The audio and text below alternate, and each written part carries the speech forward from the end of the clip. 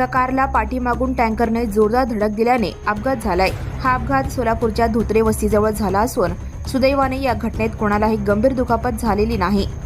पण या अपघातात कारचा पाठीमागील भाग चक्काचूर झाला।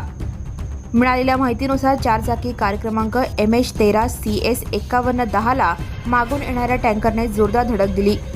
हा टँकर MH09 EM 8244 क्रमांकाचा असून त्याचा चालक शिवराज दत्तात्रय साठे राहणार गोकळी साठे फाटा तालुका फलटण जिल्हा सातारा यांच्या विरोधात पोलिसांनी गुन्हा दाखल केला आहे।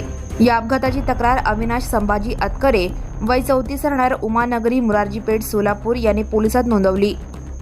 त्यांच्या 4 चाकी कारला मागून बसलेला धक्का एवढा तीव्र होता की कार थेट रस्त्याच्या दुसऱ्या बाजूस जाऊन धडकली। रस्त्याच्या 2 लेन विभाजित करणाऱ्या मोकळ्या जागेत कार जाऊन थांबली।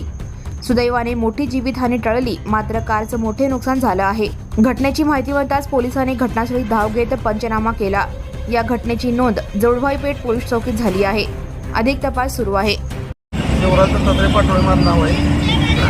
मी इकडून येत होतो नाक्यावरून। मी 2 जण पुढे चालले होते।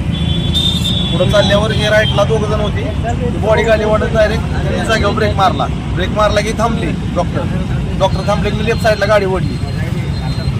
की त्यांना नॉर्मल लागली। माझी गाडी त्या गाडीत जाऊन धडकली। मग त्यांची गाडी तिकडे गेली पलीकडे।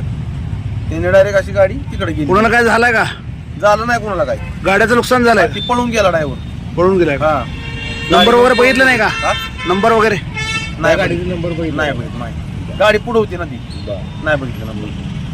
Subscribe now and press the bell icon. Never miss an